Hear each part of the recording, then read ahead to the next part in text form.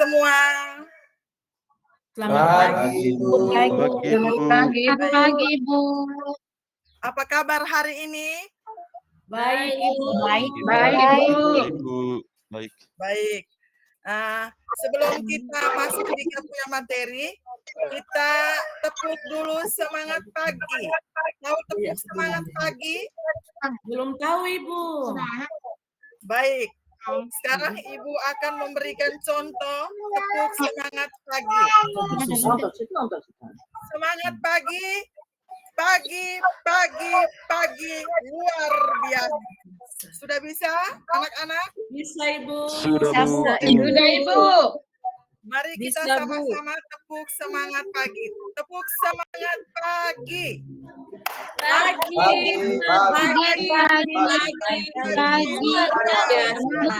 biasa. Oke, terima kasih anak-anak. Kita sudah memberikan semangat yang luar biasa pada kesempatan dalam mengikuti materi agama Katolik kelas 8. Namun, sebelum kita mulai materi kita pada pagi hari ini, terlebih dahulu sebagai umat beriman, kita awali dengan doa pembuka. Ibu minta kesediaan anak Gertrudis bisa membawakan kita pada doa pembuka. Bisa, Bu. Oke, dipersilahkan anak Gertrudis. Baik, Bu.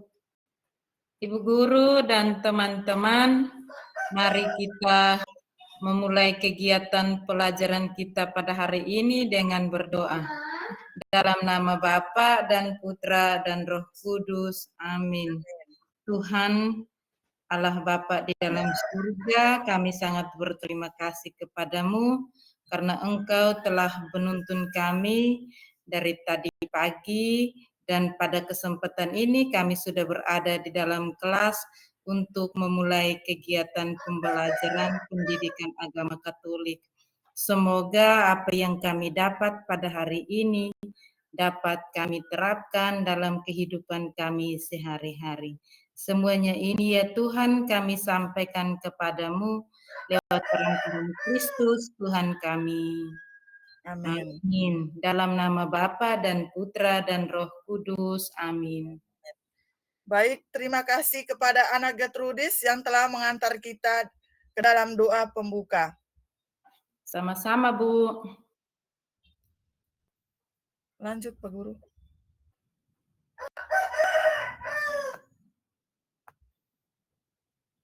Baik, hari ini kita akan berbicara materi tentang Yesus mewartakan kerajaan Allah melalui perumpamaan.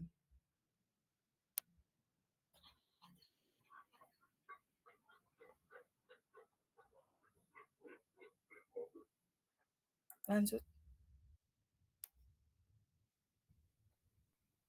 Pak Guru lanjut.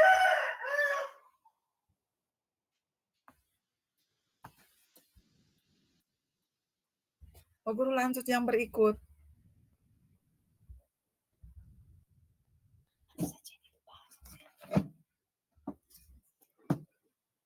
Bagaimana ya?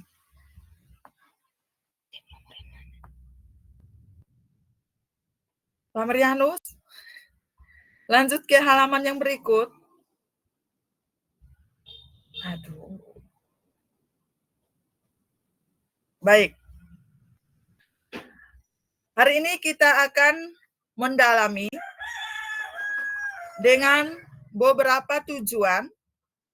Yang pertama, menjelaskan arti perumpamaan dalam kitab suci. Yang kedua, menyebutkan contoh-contoh perumpamaan Yesus dalam kitab suci yang menggambarkan tentang kerajaan Allah. Yang ketiga, menjelaskan maksud Yesus memberikan perumpamaan. Yang keempat, menjelaskan beberapa makna perumpamaan yang diberikan Yesus dalam kitab suci. Lanjut.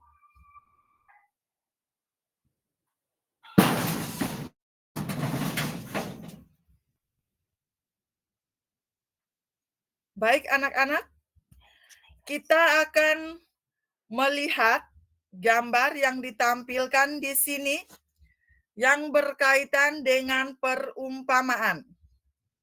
Karena hari ini kita berbicara tentang perumpamaan, maka di sini Ibu menampilkan beberapa gambar yang ada pada PowerPoint ini.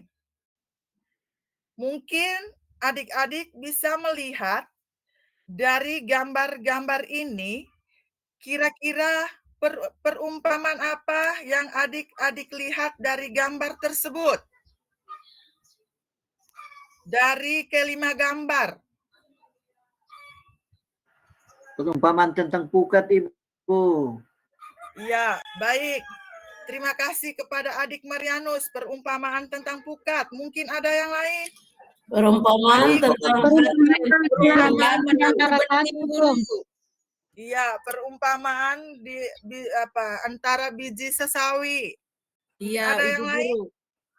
Perumpamaan tentang harta yang terpendam, Ibu Guru. Iya, pintar sekali. Perumpamaan tentang harta yang terpendam. Mungkin ada yang lain lagi, ada 5 gambar. Perumpamaan tentang pukat. Iya, anak Melki, perumpamaan tentang pukat. Baik.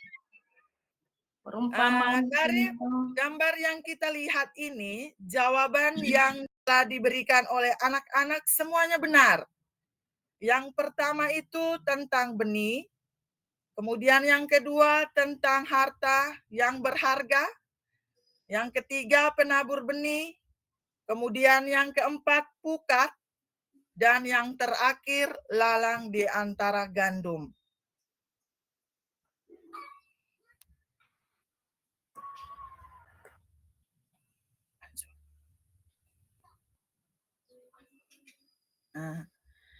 Ketika adik-adik sudah melihat gambar yang ditampilkan tadi, Ibu memberikan satu pertanyaan. Kira-kira apa makna dari kelima perumpamaan tersebut berdasarkan gambar yang adik-adik lihat?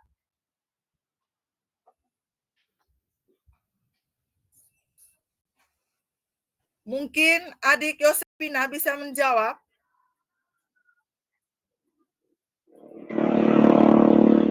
Adik Ursula? Makna perumpamaan dari kelima gambar tersebut, kira-kira apa?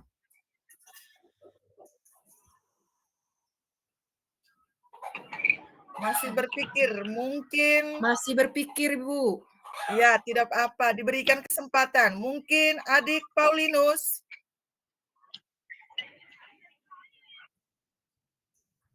Makna dari 5 perumpamaan. Gambarnya Ibu, saya belum sempat lihat Ibu.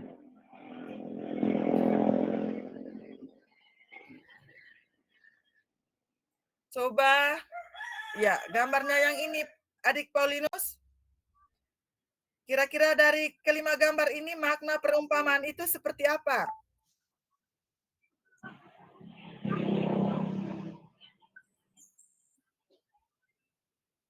Perumpamaan itu ibarat menabur benih Ibu. Baik, terima kasih. Mungkin ada dari adik Martin. Baik Ibu, perumpamaan tentang pukat.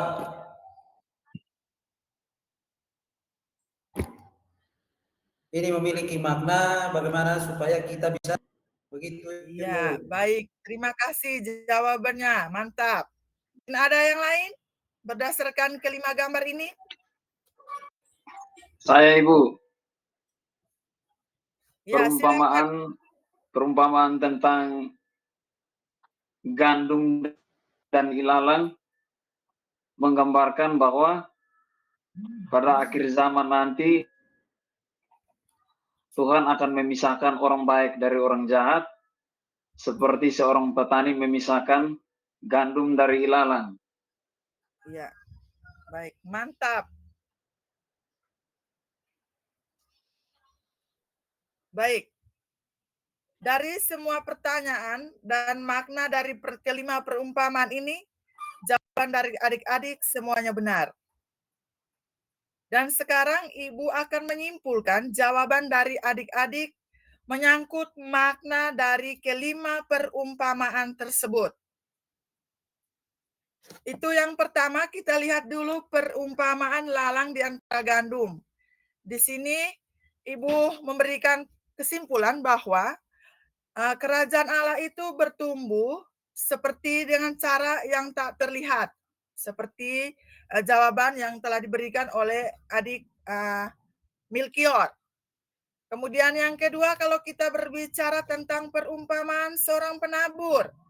Di sini maknanya itu iman yang bertumbuh secara bertahap.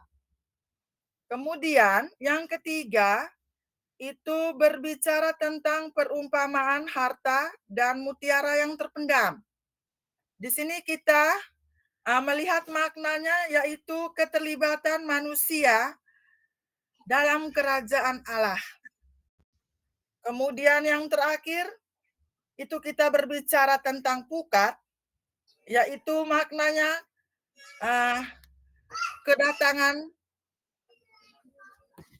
kedatangan waktu panen. Lanjut. Baik.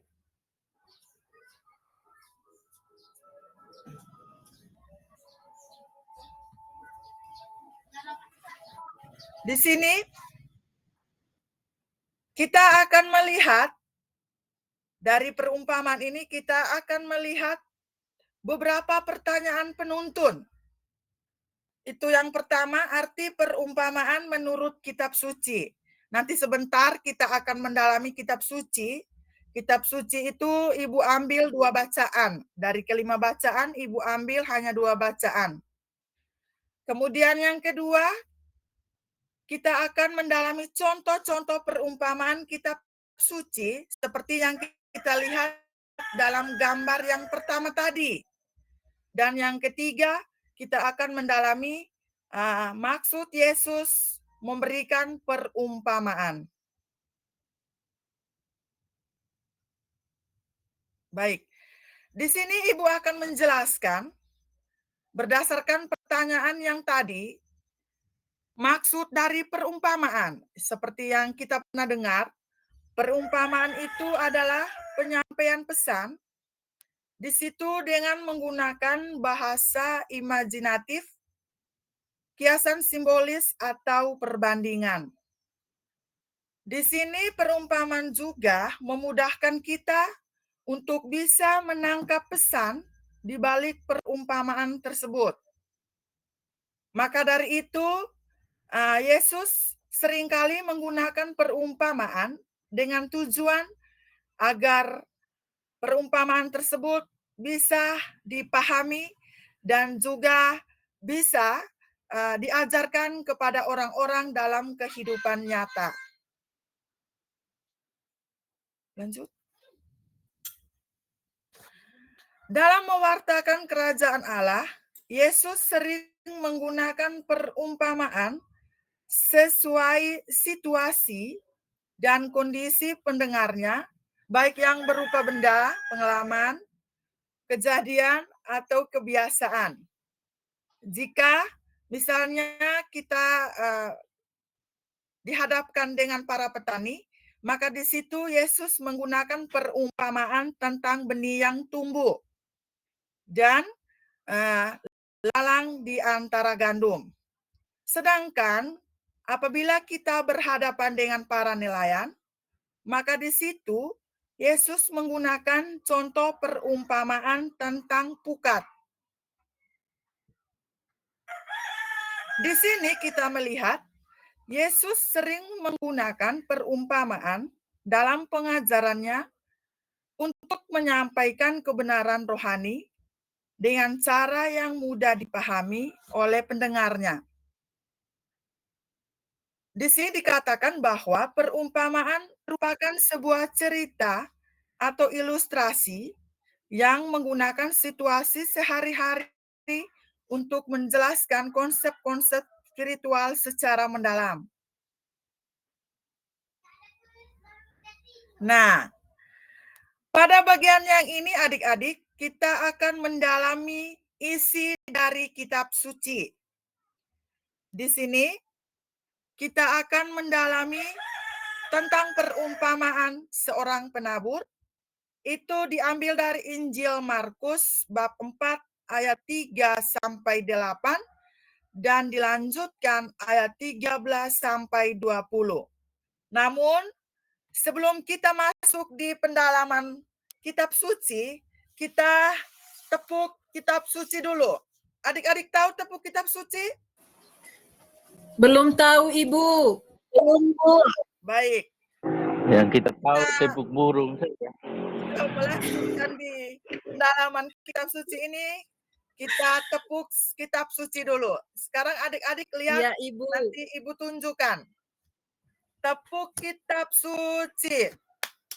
Diimani, diwartakan, dihayati, diamalkan. Oke. Sudah bisa adik-adik? Bisa, Bu. Bisa, Bu. Oke. Kita ulangi sekali lagi. Tepuk kitab suci. Diimani, diwartakan, dihayati, diamalkan. Oke.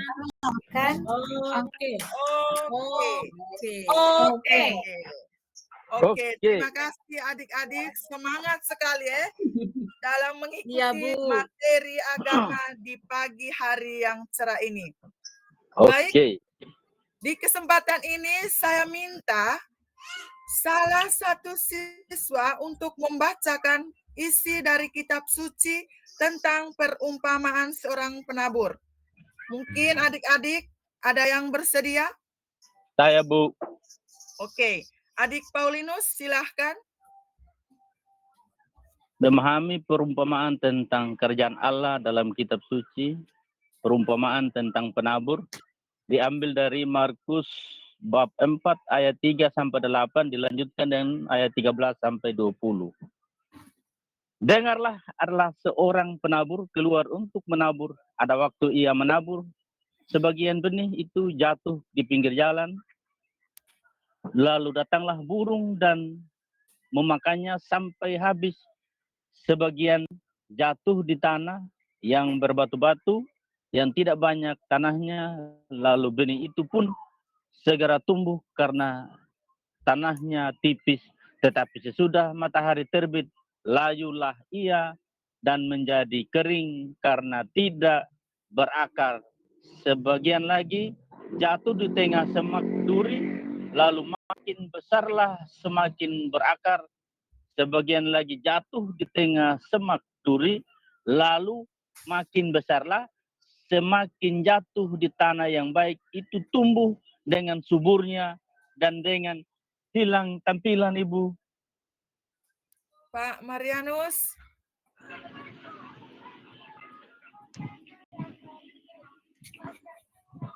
Tampilan hilang, Ibu.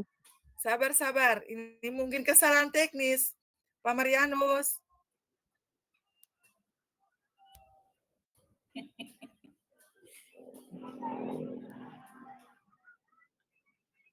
Pak Marianus, tolong tampilkan lagi teks kitab suci. Ini Ursula ada teleponan, Bu.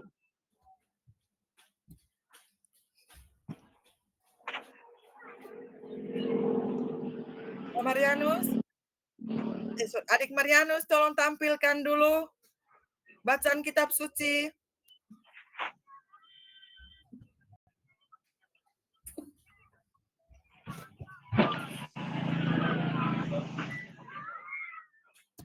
Adik Marianus. Mati lampu, Bu. Mungkin. Jangan sampai kendala jaringan. Oh, kabelnya putus. Aduh, baru bagaimana? Ini sudah di tengah-tengah. Sabar saja. Coba telepon pribadi, Japrisa. Tadi Ibu kirim sama siapa selain Pak Marianus? Ibu Gertrudis. Oh, Ibu, Pak Marianus masuk ini, Ibu. Mungkin Pak Marianus. Pak Marianus sudah gabung lagi. Saya terlihat.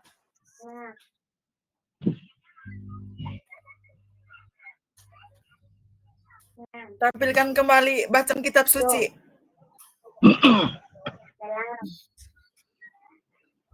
Enggak, semua ini batu ada berat. Ini gas ya, sudah bilang di gas ini semua ini batu. Hitung semua batu, simpel itu batu. Ya, dilanjutkan kembali adik Paulinus. Baca Ibu. Ya, Dengarlah, ada seorang penabur keluar untuk menabur. Ada waktu ia menabur, sebagian benih itu jatuh di pinggir jalan, lalu datanglah burung dan memakannya sampai habis. Sebagian jatuh di tanah yang berbatu-batu, yang tidak banyak tanahnya, lalu benih itu pun segera tumbuh karena tanahnya tipis, tetapi sesudah matahari terbit, layulah ia dan menjadi kering karena tidak berakar. Sebagian lagi jatuh di tengah semak duri, lalu makin besarlah semakin itu dan menghimpitnya sampai mati sehingga ia tidak berbuah. Dan sebagian jatuh di tanah yang baik, ia tumbuh dengan suburnya dan berbuah hasilnya, ada yang 30 kali lipat, ada yang 60 kali lipat, 4 kali 4, dan ada yang 100 kali lipat. Lalu ia berkata kepada mereka, tidakkah kamu mengerti perumpamaan ini? Kalau demikian, bagaimana kamu dapat memahami semua perumpamaan yang lain? Penabur itu firman. Demikianlah yang terlihat. Orang-orang di pinggir jalan tempat firman itu ditaburkan, ialah mereka yang mendengar firman itu, lalu datanglah iblis dan mengambil firman yang baru ditaburkan di dalam mereka. Demikian juga yang ditaburkan di tanah yang berbatu-batu, ialah orang-orang yang mendengar firman itu dan segera menerimanya dengan gembira, tetapi mereka tidak berakar dan tahan sebentar saja, tidak lama, apalagi kemudian datang penindasan dan penganiayaan karena firman itu, mereka murtad. Dan yang lain ialah ditaburkan di tanah semak duri, itulah yang mendengar firman itu, lalu lalu kekhawatiran dunia ini dan tipu daya kekayaan dan keinginan-keinginan akan hal yang lain masuklah menghimpit firman itu sehingga tidak bisa berbuah. Dan akhirnya yang ditaburkan di tanah yang baik ialah orang yang mendengar dan menyambut firman itu lalu berbuah, ada yang 30 kali lipat, ada yang 60 kali lipat, ada yang 100 kali lipat. baik. Terima kasih kepada adik Paulinus yang dengan semangat membacakan isi kitab suci. Sekarang kita boleh diberikan kesempatan untuk membuka beberapa perumpamaan ini di dalam kitab suci seperti yang ditampilkan di dalam layar ini. Di sini ditampilkan ada 4 perumpamaan. Nah, dari 4 perumpamaan ini kita bisa membuka kitab suci kita sambil membaca di dalam hati kita masing-masing. Lanjut. Nah, setelah kita mendengarkan bacaan yang dibacakan oleh adik Paulinus tadi, ini Ibu ada 3 pertanyaan. Yang pertama, apa yang mengesan dari kisah perumpamaan tersebut? Yang kedua, apa yang hendak disampaikan oleh Yesus perihal kerajaan Allah melalui perumpamaan tersebut? Dan yang ketiga, Apa makna perumpamaan bagi hidup kita sehari-hari? Mungkin adik-adik bisa menjawab dari ketiga pertanyaan. Pilih salah satu dari pertanyaan tersebut berdasarkan isi bacaan yang kita dengarkan dari adik Paulinus tadi.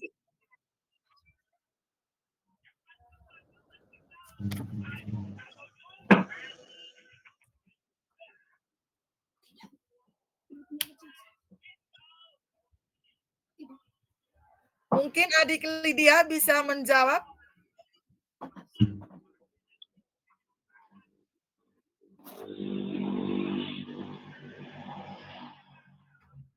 Dari ketiga pertanyaan diminta pilih salah satu.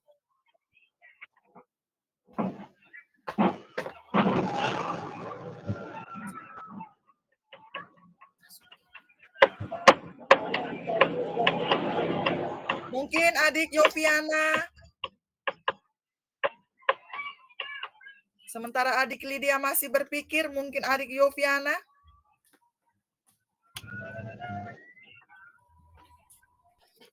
Iya Ibu, sebentar masih berpikir. Ya, diberikan kesempatan. Mungkin adik Iya Lili. Ibu.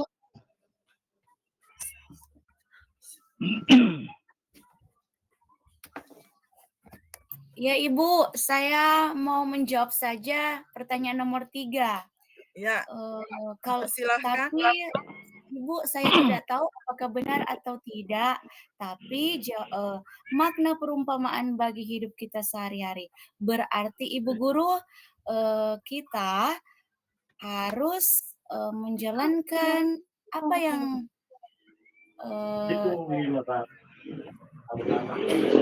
kita harus menjalankan apa yang dipesankan Tuhan Yesus kepada kita dalam kehidupan sehari-hari, harus berbuat baik. Mungkin Ibu seperti itu.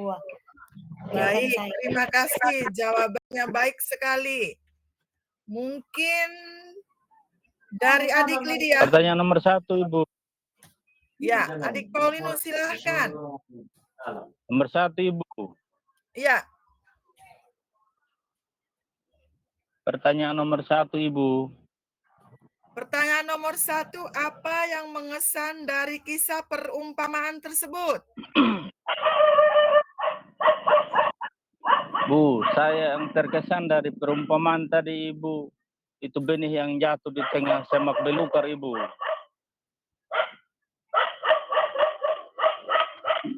Baik, terima kasih Saya kepada rasa adik. Ibu. Ya.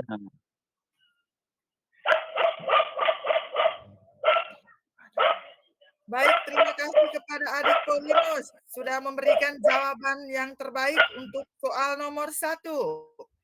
Lagi satu soal mungkin adik Josephine bisa menjawab.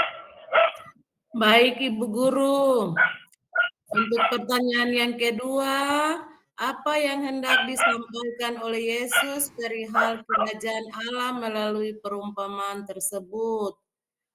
Yang ingin disampaikan Yesus mengenai kerajaan Allah agar umat-umat atau masyarakat itu bisa mengerti dengan baik tentang kerajaan Allah sesuai dengan pekerjaan mereka, Ibu Guru. Baik, jawabannya semuanya benar.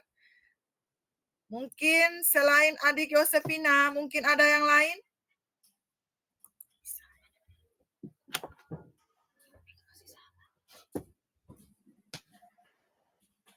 Baik. Dari pertanyaan nomor 1, 2, dan 3, di sini Ibu akan menyimpulkan jawaban dari pertanyaan nomor 1, 2, dan 3. Lanjut Pak Guru.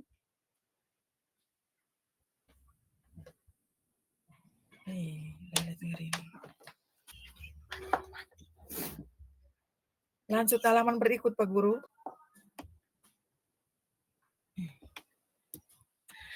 Pertanyaan nomor 1 yang paling mengesankan dari kisah perumpamaan penabur. Di sini kita melihat bagaimana Yesus menggunakan gambaran secara sederhana tentang menabur benih untuk menjelaskan respon yang berbeda-beda dengan manusia terhadap firman Tuhan.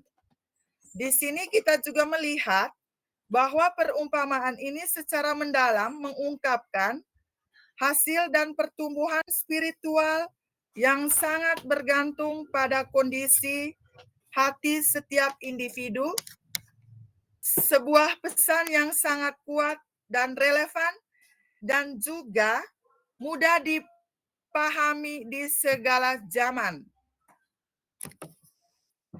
Kemudian kita juga melihat di sini perumpamaan seorang penabur mau menjelaskan bahwa dalam karya Yesus untuk menegakkan kerajaan Allah, betapapun ada kegagalan karyanya itu, di situ akan menghasilkan buah panenan yang berlimpah, melebihi apa yang diperkirakan oleh manusia. Karena itu sebagai pengikut Yesus, kita sebagai manusia tidak perlu berkecil hati dan tidak boleh putus asa apabila kita mengalami berbagai kegagalan dalam hidup kita. Kemudian di sini juga Ibu meringkas perumpamaan seorang penabur memiliki beberapa makna yang mendalam. Salah satunya yang pertama, dalam relevan bagi kehidupan kita sehari-hari, itu yang pertama, kondisi hati kita dalam menerima suatu ajaran. Kemudian yang kedua, kesabaran dan kesetiaan kita dalam pertumbuhan. Yang ketiga, pengaruh lingkungan terhadap pertumbuhan pribadi. Kemudian yang keempat, kualitas penerimaan ajaran. Dan yang terakhir, pentingnya komitmen dalam menghadapi tantangan serta buah dari kehidupan yang baik. Di sini, di dalam Injil Matius juga dijelaskan bahwa perumpamaan lalang di antara gandum yang menegaskan bahwa kerajaan Allah yang ditawarkan oleh Yesus kepada semua orang untuk menegaknya kerajaan Allah itu tidak harus dengan cara segera menghabisi yang jahat, tetapi harus memberi kesempatan kepada mereka untuk bertobat dan juga mencintai dan menghendaki semua umat manusia yang baik dan juga yang jahat. Maka oleh karena itu, tegaknya kerajaan Allah justru terjadi bila yang baik dan yang jahat bisa hidup bersama-sama dengan penuh kesabaran serta penuh kasih untuk mendorong yang jahat menjadi lebih baik. Nah, dari materi yang kita jelaskan tadi anak-anak, di sini Ibu memberikan kesimpulan dari materi tersebut tentang seorang penabur dan lalang di antara gandum. Dari kedua bacaan tadi yang ditampilkan hanya satu bacaan. Di sini Ibu menyimpulkan yang pertama, perumpamaan seorang penabur ini mengajarkan bahwa respon orang terhadap firman Tuhan bisa berbeda-beda, tergantung pada kondisi hati mereka masing-masing. Ada yang menerima dan bertumbuh, ada yang awalnya menerima namun kemudian layu, tetapi ada juga yang sama sekali tidak memberikan hasil. Maka di sini firman Tuhan seperti benih yang ditaburkan, tetapi hati yang siap yang akan menghasilkan buah yang baik. Kemudian dari perumpamaan tentang lalang di antara gandum, di sini dikatakan bahwa perumpamaan ini mengajarkan kepada kita tentang adanya kejahatan dan kebaikan yang hidup berdampingan di dunia. Tuhan memberikan keduanya tumbuh bersama-sama sampai saatnya, yaitu penghakiman akhir, di mana orang jahat atau lalang akan dipisahkan dari orang baik atau gandum dan mendapatkan balasan yang setimpal. Maka dari kedua perumpamaan ini menekankan pentingnya respon dan kondisi hati kita umat manusia terhadap ajaran Tuhan, serta bahwa penghakiman akhir akan memisahkan yang baik dari yang jahat. Nah, sebelum kita menutupi kita punya kegiatan pada pagi hari ini, di sini Ibu memberikan 3 pertanyaan refleksi. 3 pertanyaan refleksi. Itu yang pertama, apakah kita sudah mampu menangkap pesan di balik perumpamaan yang disampaikan oleh Yesus? Mampukah tidak anak-anak? Pertanyaan refleksi nomor 1, apakah kita sudah mampu menangkap pesan yang disampaikan oleh Yesus? Mampu, Ibu Guru. Ya. Pertanyaan yang kedua, sanggupkah kita melaksanakan pesan di balik perumpamaan dalam kehidupan kita sehari-hari? Sanggup, Bu Guru. Sanggup. Dalam hal ini kita harus melaksanakan perumpamaan yang baik bagi kehidupan kita sehari-hari. Dan yang terakhir untuk pertanyaan yang ketiga, kira-kira usaha apa yang dapat kita lakukan untuk mewujudkan ajaran tersebut? Mungkin adik-adik bisa menjawab di pertanyaan refleksi yang ketiga, usaha apa yang dapat kita lakukan untuk mewujudkan ajaran Yesus tersebut yang berkaitan dengan perumpamaan? Selalu mendekatkan diri dengan Tuhan, Bu Guru. Ya, terima kasih jawaban dari adik Desi. Mendekatkan diri dengan Tuhan. Adik Liskona? Usaha apa yang dapat saya lakukan untuk mewujudkan ajaran Yesus? Berdoa, melakukan apa yang diperintahkan oleh Tuhan Yesus. Rajin ke gereja. Mungkin itu salah satu, Ibu Guru. Ya, baik. Terima kasih adik Liskona. Mungkin ada yang lain? Baik. Pertanyaan dari refleksi nomor 1 dan nomor 3 sudah dijawab oleh adik Desi dan adik Liskona. Dan jawabannya itu sangat benar. Terima kasih kepada 2 anak yang dengan setia memberikan jawaban pertanyaan refleksi ini. Baik, untuk materi kita pada hari ini, sebelum kita menutup materi kita dengan doa penutup, mungkin Ibu meminta salah satu siswa untuk memimpin kita dalam doa penutup. Mungkin minta kesediaan adik Okto. Ada? Ada, Bu. Ya, minta kesediaan adik Okto untuk memimpin kita dalam doa penutup. Baik teman-teman dan Ibu Guru, mari kita mengakhiri pelajaran kita dengan bersama-sama berdoa. Dalam nama Bapa dan Putra dan Roh Kudus. Amin. Amin. Ya Tuhan yang Maha Kuasa, kami bersyukur kepadamu atas rahmat dan cinta kasih-Mu yang senantiasa menyertai kami sampai hari ini. Engkau telah menyertai kami sepanjang proses pembelajaran kami pada siang hari ini. Semoga apa yang kami dapatkan dan yang kami pelajari pada hari ini dapat kami laksanakan dalam setiap langkah kehidupan kami.